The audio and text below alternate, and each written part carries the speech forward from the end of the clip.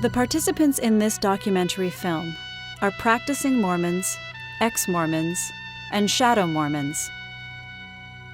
Shadow Mormons are those who privately do not accept the exacting doctrine of the Church, but publicly profess to be true believers. They are in shadow to protect their relationships with family, friends, and employers.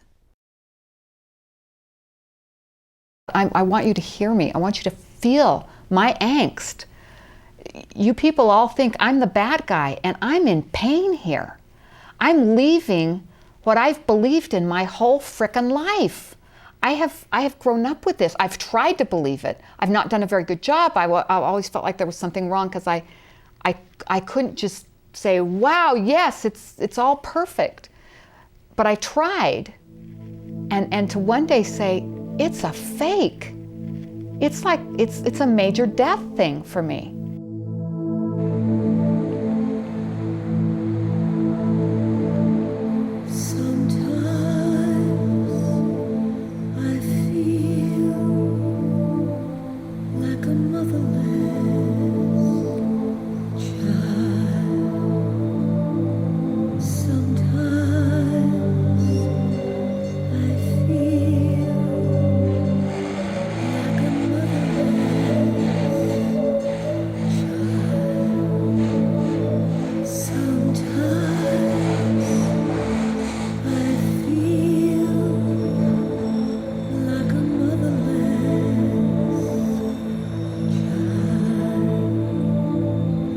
Every culture has its bright and dark faces, places where the best and worst of human behavior is played out, but few hide their darkness as devoutly as the Mormons. Martha Beck, ex-Mormon.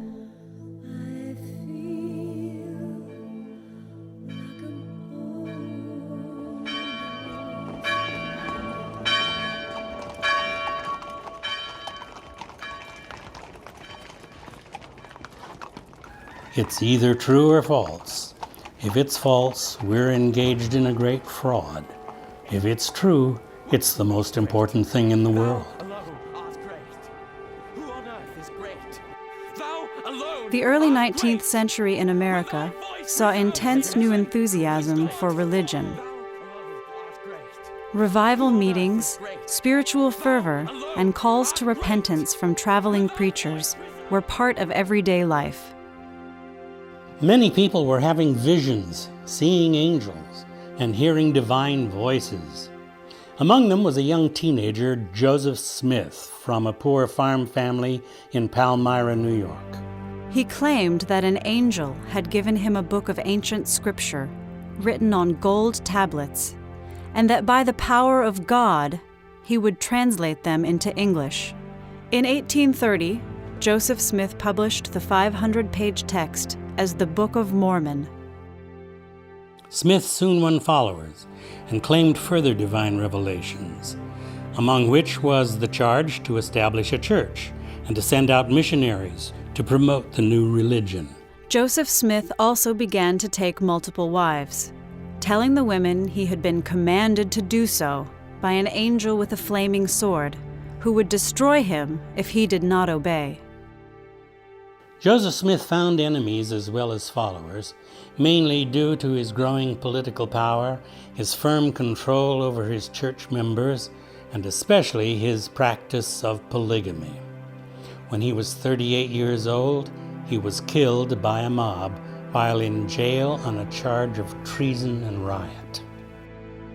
Joseph Smith's intriguing legacy includes hundreds of accounts of celestial visitations and revelations, the most spectacular of which was that as a young boy, he had actually been visited by God the Father and God the Son. This claim is called Joseph Smith's first vision.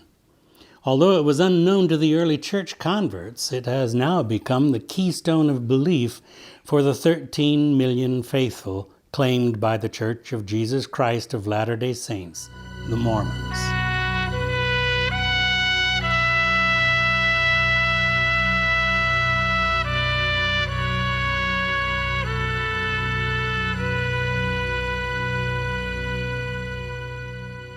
I believed it all. I believed it all. I believed in the Bible. I believed in the story of Jonah. I believed in the story of Moses. And so, I believe a donkey talked. And so the Joseph Smith story was very believable to me. I was born and raised in the Mormon Church. My ancestors had all been Mormons for 5 or 6 generations, and I believed it because that's what I was taught. And I lived in a Mormon town, in a Mormon community. My friends were all Mormons. Most of the people that we did business with were Mormons. Not all, but most. It was the culture that I knew, and I had no reason to doubt that it was true. I was going through the temple for the first time, getting ready to go on my mission. I was quite concerned about what I witnessed in the temple, and it was nothing that anybody would consider immoral or anything like that. It was strange. It was silly. The people wore strange clothing, and they did strange things in making their covenants. And I hadn't been prepared for any of this. I sat there thinking, I've got to get out of here. Where am I going to go? Well, Seventh-day Adventists would be good because they don't smoke, they don't drink. So maybe I'll become a Seventh-day Adventist after I get out of here. While I was going to my locker and getting ready for the second session, this feeling of peace rolled over me that was just, excuse me for getting emotional, it was so powerful that I have never been able to consider that it was from inside myself. And it was similar experiences with learning getting the witness of the prophet Joseph Smith and the Book of Mormon. I didn't pray for these things, they just came. And so why people don't get it when they do pray for it, I don't know, especially somebody like Jean. The missionaries came and knocked on our door.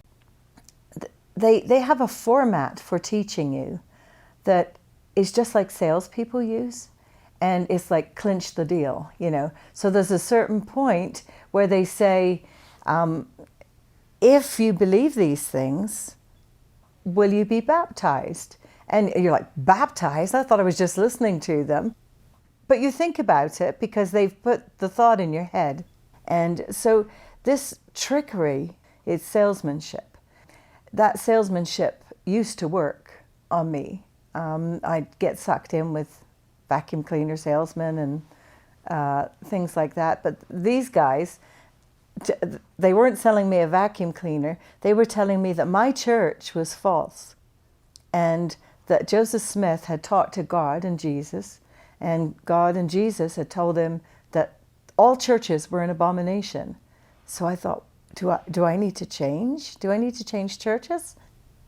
Based on Joseph Smith's vision, that was the point where I thought, if there is a true church, I need to be in it. I really struggled during my mission because even though I felt like I had gone because I believed, after several months of being out in the mission field and talking to people and bearing testimony to them, I realized I wasn't sure I really believed what I was teaching. And I almost came home after about 3 months in the field. I ended up talking to my mission president, and he convinced me to stick it out, that if I stayed in the mission field, my testimony would grow and I would come to believe everything that I was teaching. Now, a testimony is a very important thing for a Mormon. Every Mormon is supposed to have one. And it's not something you carry around on your keychain. It's something that you carry in your heart. And what it is your knowledge that the church is true, that the Book of Mormon is true, that Joseph Smith was a prophet, and that the present president of the church is a prophet of God. And the basic belief among Mormons is that the way you strengthen your testimony so that it doesn't wither away and die is you keep repeating it and sharing it with others. You sit there in one of those meetings and you hear 8 or 10 or 12 wise older people saying, I know the church is true. Well, that's impressive. Of course, they don't know any such thing. They're just saying it. One of the ironic things is that Mormons will train their little children from the age of 5 or 6 to get up in fast and testimony meeting and say, I know the church is true, and I know the prophets are real, like Joseph Smith, and things along the line of that. And that's the way they start.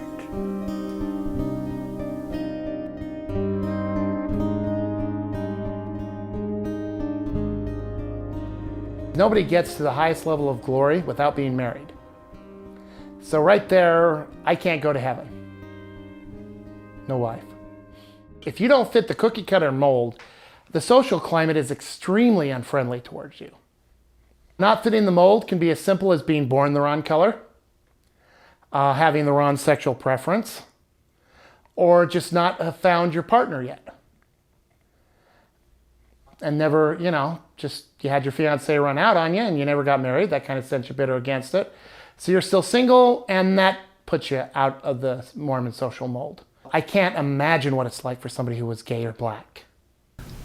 When I was on my mission, I fell in love with my second companion. I decided, because I trusted him, that I'd tell him about my homosexual feelings. He didn't reject me. He was just very puzzled about the fact that he had one internal reality and I had a different one. But both of us were totally puzzled about, well, what does this mean in regards to my life? He decided we really must go see the president. So we saw the president of the mission. He said, you are being tempted by the devil, and that's what homosexual feelings are. Your salvation depends on your ability to withstand temptation. And if you can't, there will be no eternal salvation. Then he gave me a list of things that would keep me on the straight and narrow. First of all, don't talk to anyone else that are homosexual. He said it'll only lead you into temptation. He said, do not look into any of the psychological literature because it's all of the devil.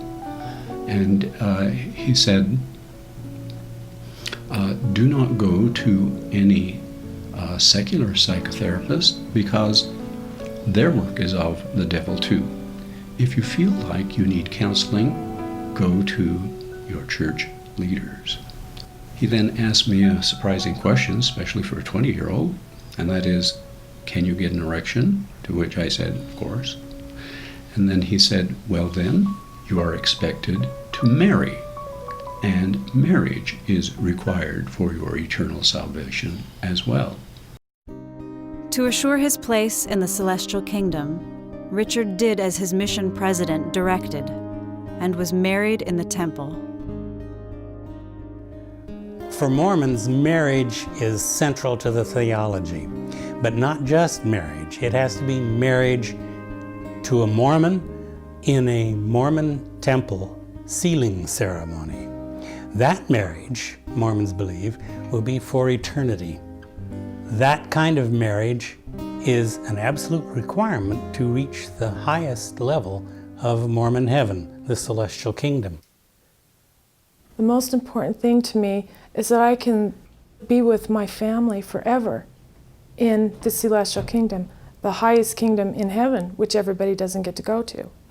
That is the ultimate thing Mormons are taught every single day, every song, every primary, everything.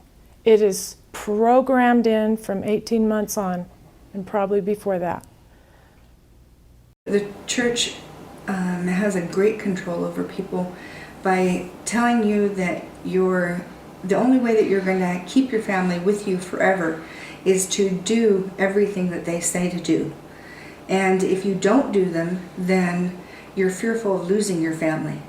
And it's a fear that is ingrained into you because everybody loves their children and everybody wants to have that that belief that, you know, in the next life that you're still going to be able to be with your children and with your spouse. I was hard on my kids if they didn't make the right choices. Because I just loved them so much, I just wanted them to go to heaven. This is a powerful tool that the church has, because in a way they're using your love for your family as a means of binding you to the church.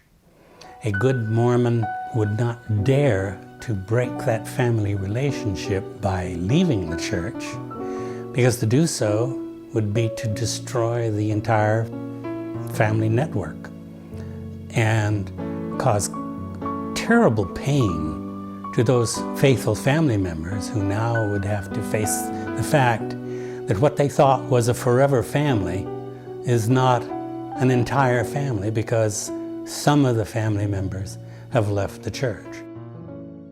The animosity that ex-Mormons have against the Mormon Church is the way the Mormon Church uses their families to pressure them into staying in the church. And it's the idea that they would use your family. You know, that the idea that this corporation would use your mother and father and brothers and sisters and your wife or your husband as leverage on you is what's so maddening and infuriating for so many ex-Mormons. I come home from work, and my wife tells me she has come to some conclusions. We sit and talk. She tells me truth is anti-Mormon. She tells me Satan is tempting me with the facts.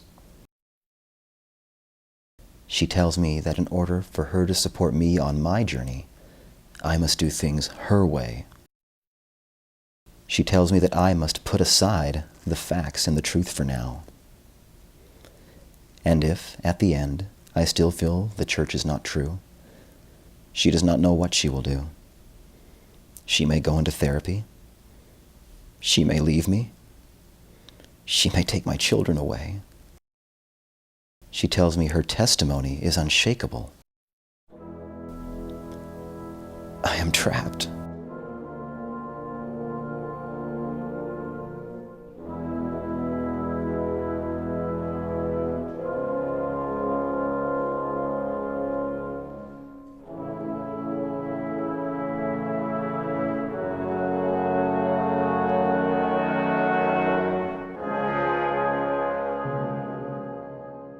Something was wrong with the way I was living, and I didn't know how to change it.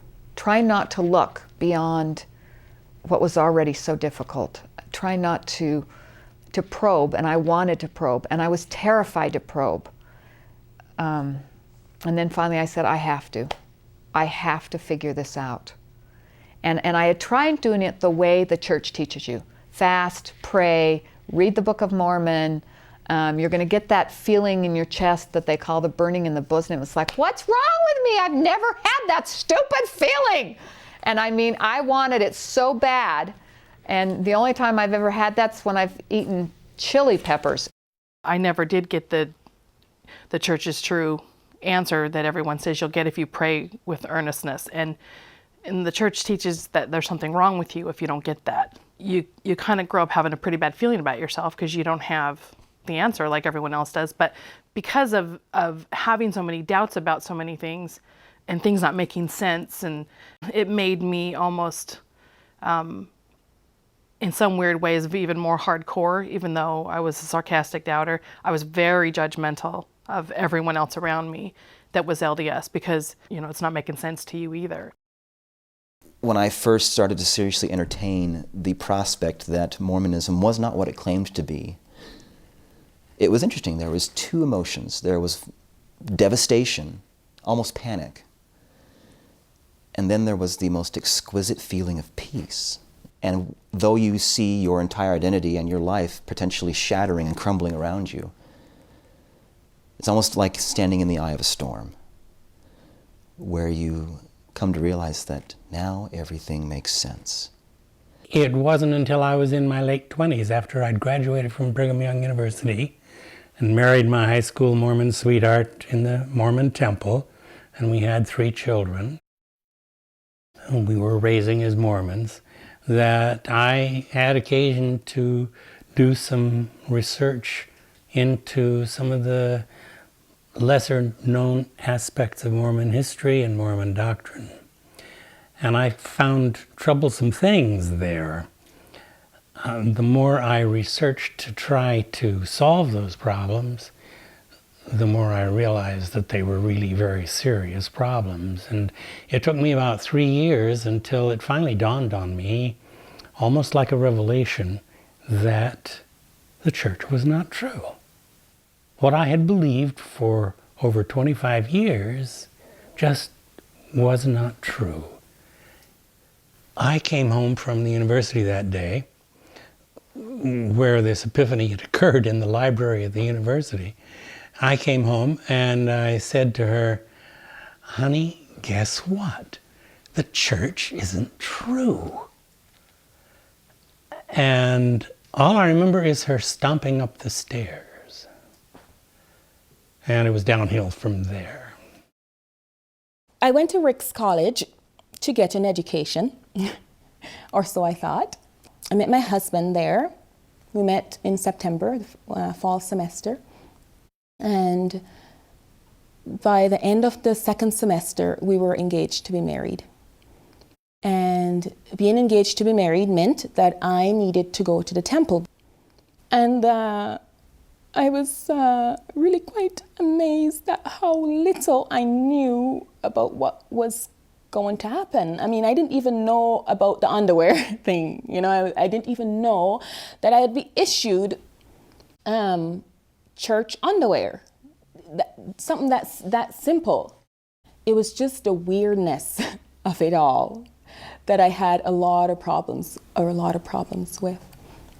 And just the concept of the handshakes and the secret passwords and the promises not to say anything about what I did there that day. That just didn't seem quite right to me. After that Templar experience, my prayers changed. It now became, help me to know that I am on the right path. And that I prayed that prayer for 12 years. I prayed that prayer every night for 12 years because I was no longer sure that I was on the right path. One day, I stood in front of the mirror in the bathroom, and it was like halfway through the day. I was still in my house coat, looking like yesterday's dinner leftovers, and I looked at myself in the mirror and I started to cry, and I said, "Who the heck are you?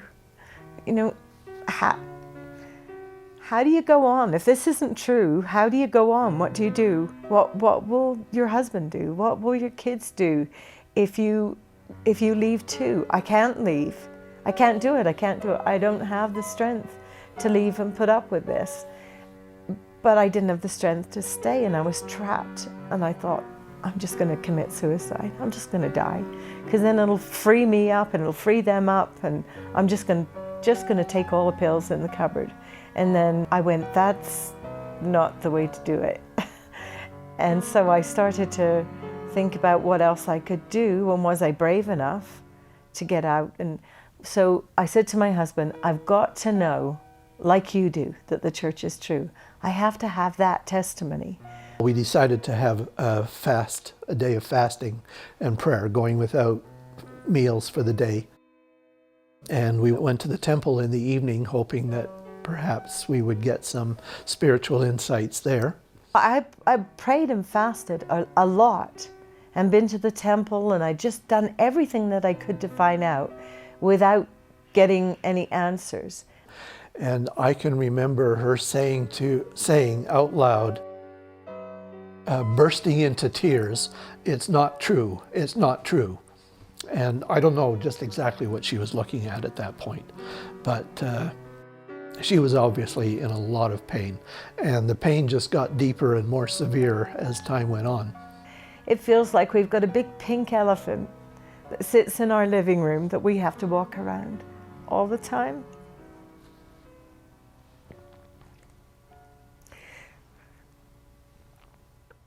I really love him, but I know, because I was a Mormon, how they look upon apostates. So it doesn't matter how kind he is and how sweet he is. I know that underneath, he knows that I'm wrong, because he's in the true church. Our marriage to each other, under the definition that is given to it by the church, is no longer valid. It's no longer an eternal marriage because she hasn't kept her part of the bargain. I had already been to the temple on several occasions and had felt that I couldn't leave Jean, that I had to stick by her no matter what. I had always hoped that there would be some kind of miracle, that God would slap her around the head somehow and tell her, hey, you've made a mistake, you've got to come back. I want him out. I want him out with me. And that's the honest truth. And I've told him that. I want you out. I want you to be mine. I'm fed up with sleeping with Joseph Smith.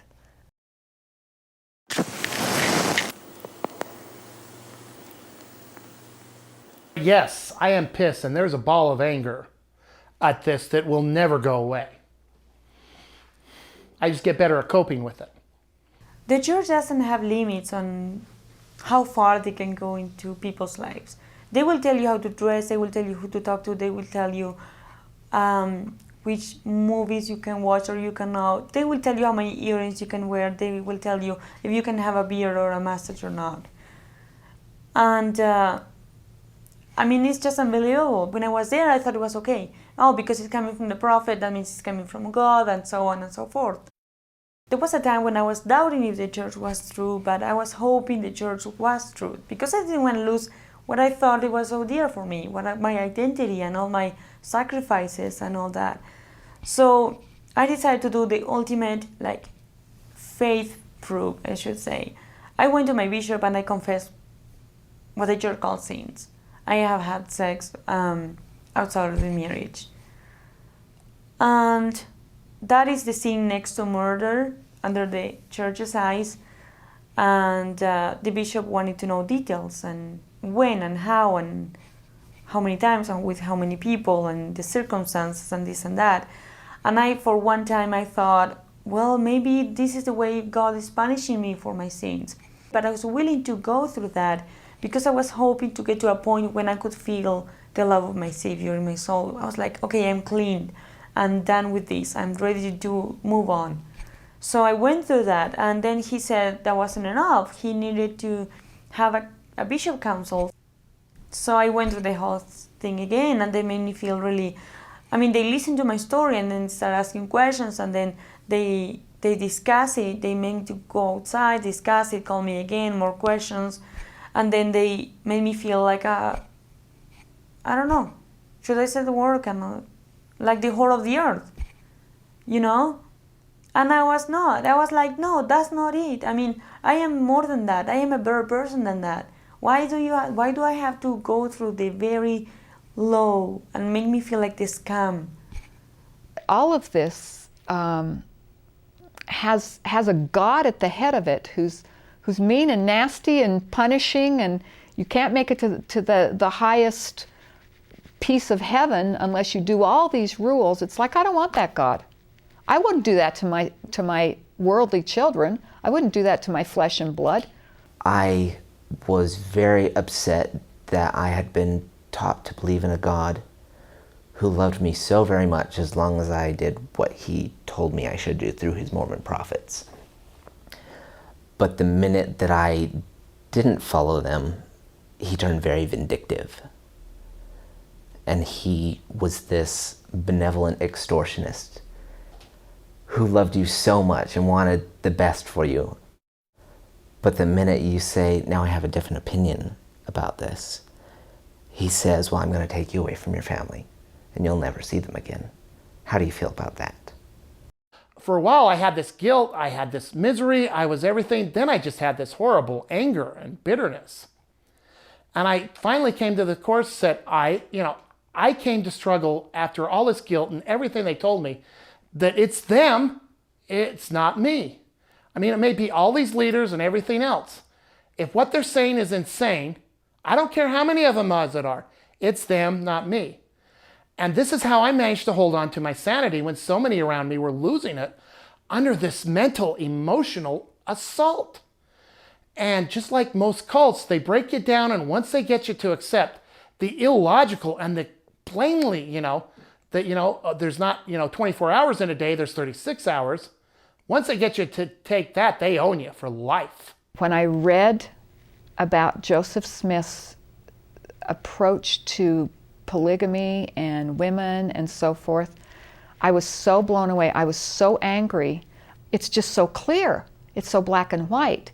And so I would share it with my husband or one of my children, and I could just see the terror in their eyes. It's like, what have you done?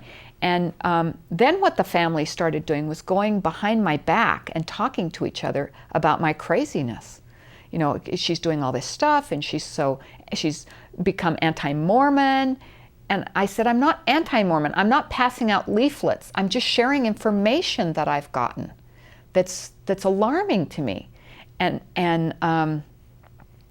then I finally realized I had to bottle the anger, not bottle it, but not express it to them, because they weren't there, they weren't going there, they didn't want to go there. They wanted me to shut up and become normal again, whatever that was. In looking back, I've oftentimes thought, what if I made a different decision? And that has been one of the biggest fantasies that has plagued me for a lifetime. If somewhere back there I could confronted my homosexuality soon enough that I could then eventually choose a gay lifestyle, find a wonderful man to share my life with, I think that would have been one of the most happy and wonderful thoughts that I ever had. Of course, that didn't happen until I was pretty much 50 years old, and I met Paul, and our life has been very, very happy since then. I consider it to be probably my happiest years. And so how can I go back to that decision? On the one hand, if I weren't married, I'd lose that wonderful experience with family, a wife who loved me, children, and now my grandchildren. But the other vision is the sadness. I think the church stole my sexuality. I'm hurt and I'm angry.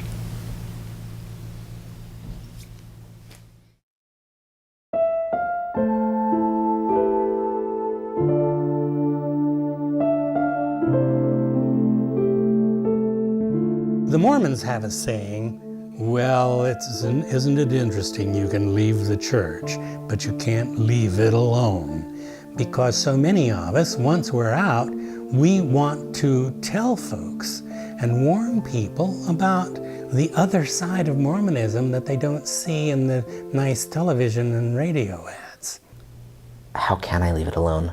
It made me hate myself so badly that I wanted to die. And I'm supposed to walk away with that and say, oh well? And it's doing the same thing to so many people like me. And it's actually driving people to take their own lives. I'm supposed to ignore that. I regret that I admitted to my mother my true feelings about the church, because that has torn her up. And I just feel so bad for her that she has to bear that.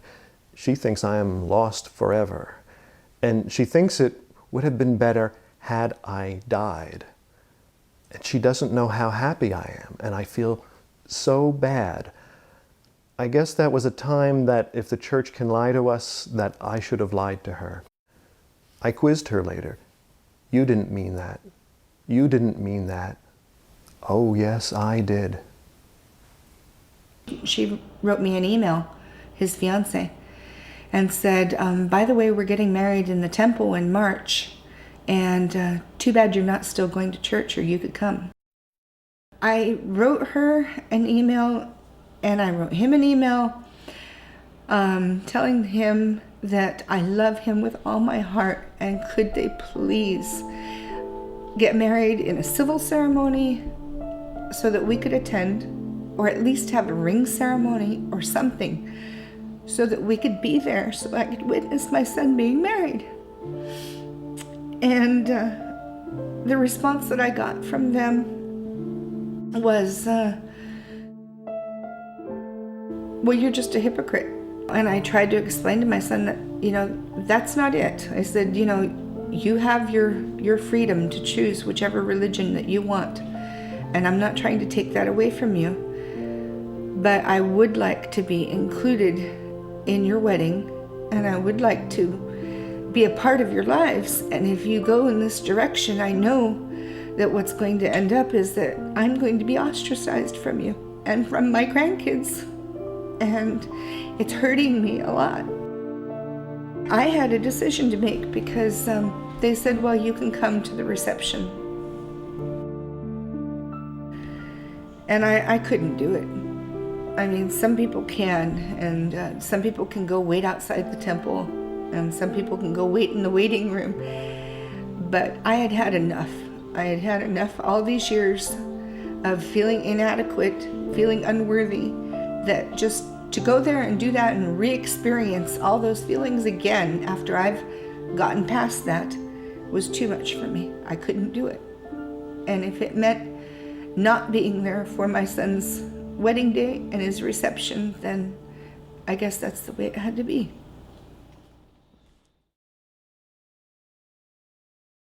I got an email from my grandson, and I hadn't heard anything from him for well over a year, and so I was excited. I said, oh, I've got an email. And I opened it up just so happy, and then I read these words, I hate you, frickin' bitch. I hope you burn in hell. And I was absolutely stunned. I didn't know how, I just didn't know if it was real. It was just the most devastating thing to think that he hated me that much. And then I realized that a system that is that toxic, that it can teach 12-year-old boys to hate their grandmothers, depending on what church they go to or don't go to, is really an awful thing. Sometimes you do feel like a motherless child when you come out. You feel very lost because you don't know who you are. Your friends are not your friends anymore. And you realize that you weren't really friends at all. You were fellow foot soldiers in the army of God, just slogging away every day, doing your thing. I feel like a childless mother because my own daughter doesn't want to see me. And I don't see my grandchildren. It's the price you pay to have the freedom to speak up and say, this is what I believe, this is how I want to live, this is what I want to do. And I think it's a really high price.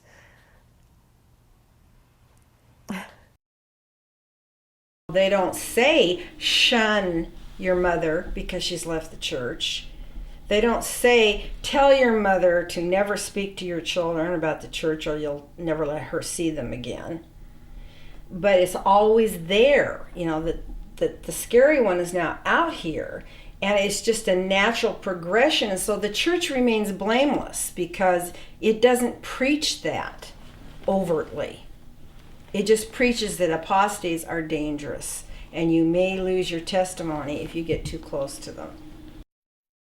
It's so important that people understand this, that it's not just another Christian religion, and that once it gets a hold of you, it's so hard to get out. It's so hard, and it becomes devastating for families, especially because you have all the family dynamics too, and the people that maybe they can't see it and they don't want to see it, and they don't want to see the church for what it is. And yet when your eyes have been opened to what it is, and when you've learned it, it's really hard to then have still good family relationships. I miss my family because I don't have what I used to have with them. And I don't really feel like they love me because I'm not who they expect me to be. And I miss them. But there's nothing that I can really do about it because I refuse to lie. And to have a meaningful relationship with my family, I have to be who they want me to be. I can't do that. It's easy to lie, but it's not worth it.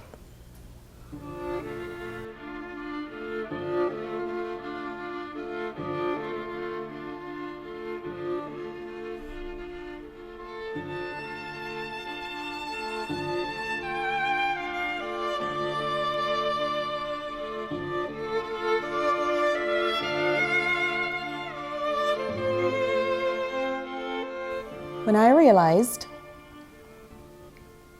that if given the choice between me and the church, my husband would choose the church and I would be the one to go.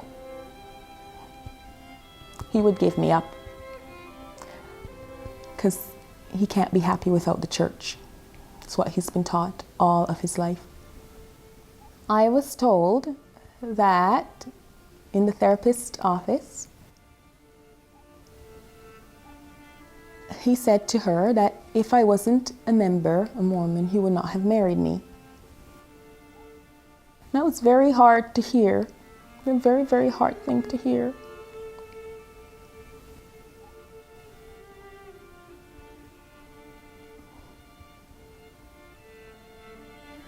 Because there was more to me than being a Mormon. I wasn't just a Mormon.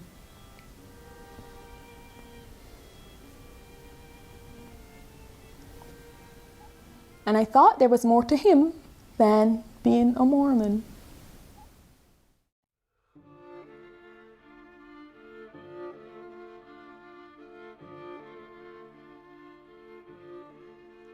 We just announced to the kids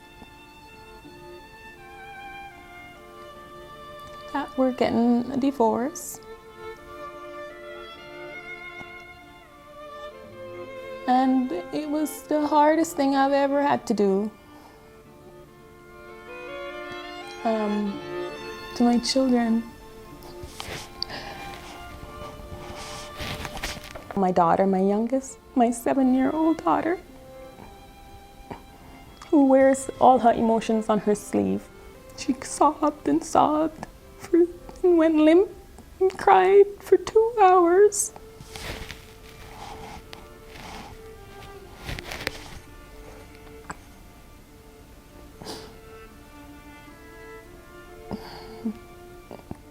And my children are still trying to cope right now.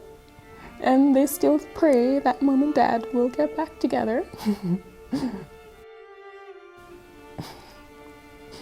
And last night I said to my daughter, I'm not going to say amen to that prayer. I said to her, you need to pray that we can all be happy.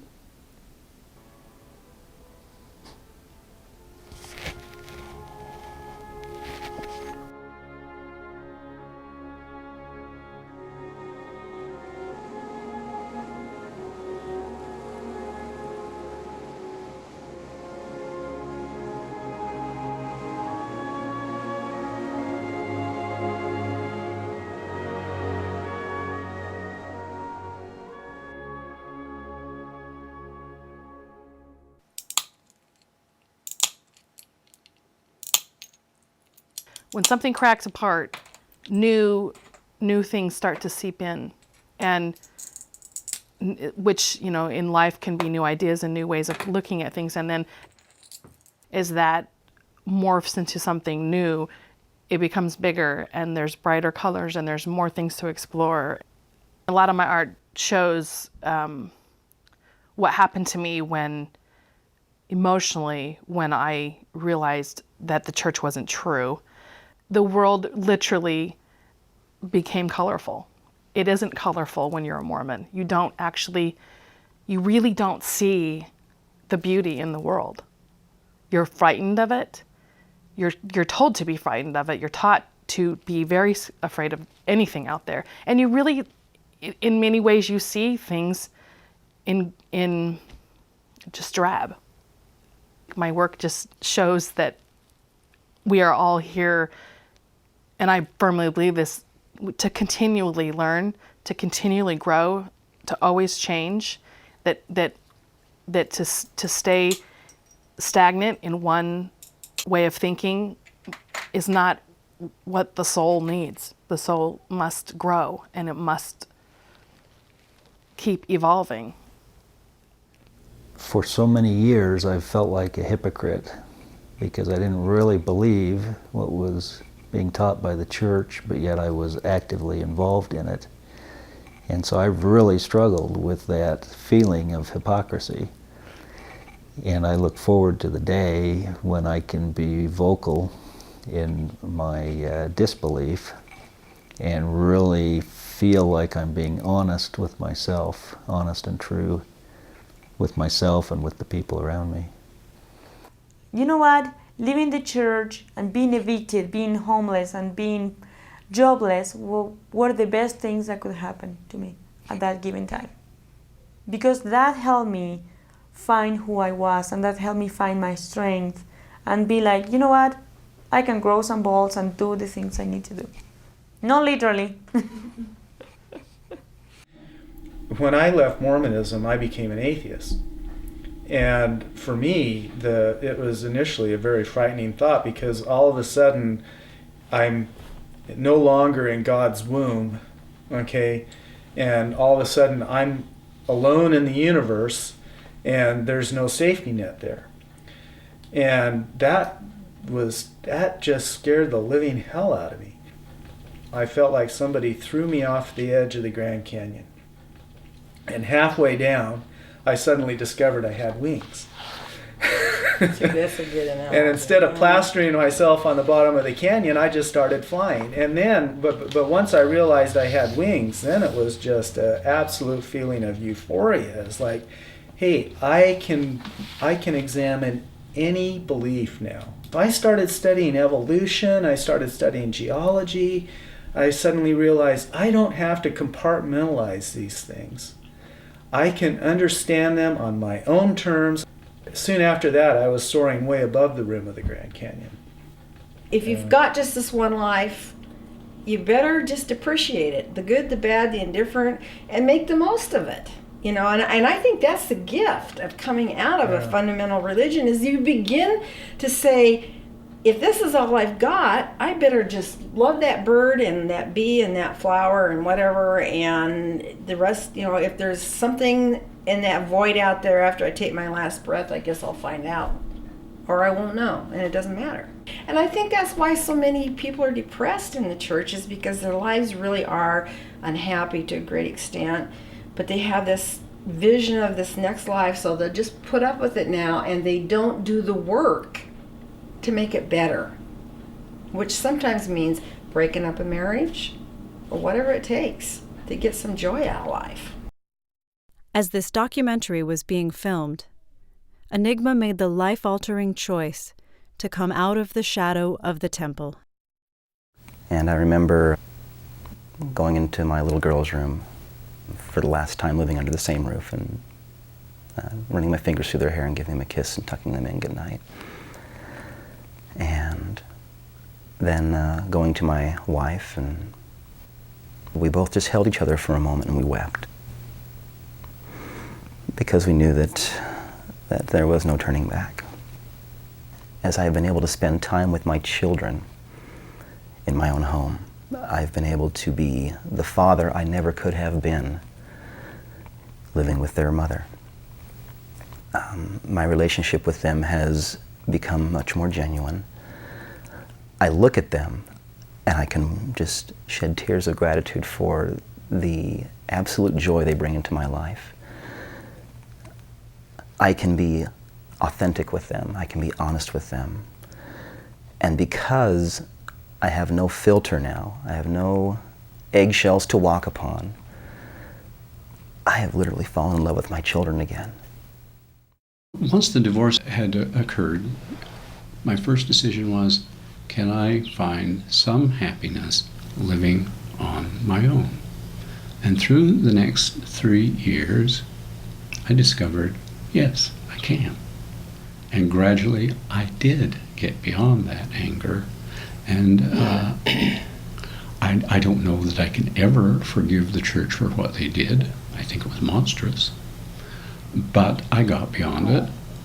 And when I had discovered, hey, I can do it on my own, I really don't need someone else, but I would like to have someone else, Paul came along. And the thing is, just marvel of marvel, we matched up so well that it has made a really exciting, loving, interesting, joyful life together.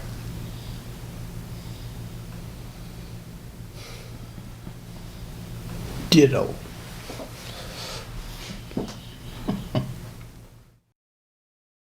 After a 17-year relationship, Richard and Paul were married in California in June 2008. And I wanted this ultimate love. And here I had an individual who was willing to accept me the way I was, and love me the same way that I felt my Father in heaven loved me. And that is, I think, what has kept us together all these years. You know, before she decided to leave the church, there were other disagreements, as there are in all marriage relationships. But we have stuck it out. And I think it's that mutual admiration and mutual love that we have for each other that has won the day and will continue to win the day. You go out and to the world and with open arms and say, okay, what's out there for me? And you know, that's what I like it. People say, oh, you're gonna leave the church, you're gonna get AIDS, and you're gonna die of cancer, you're gonna lose your job, you're gonna, well, you know what? You have to trust in yourself. You are more than this. You are more than what they're telling you. You don't need somebody to tell you who you are.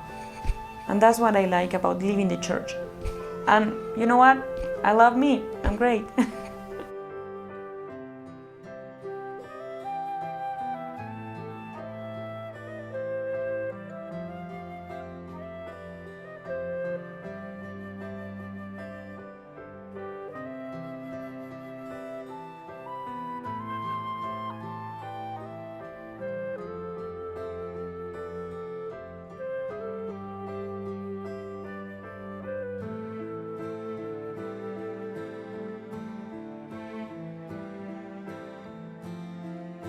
I have felt for a long time that when we all arrive at the judgment bar, we're going to discover that we were all wrong.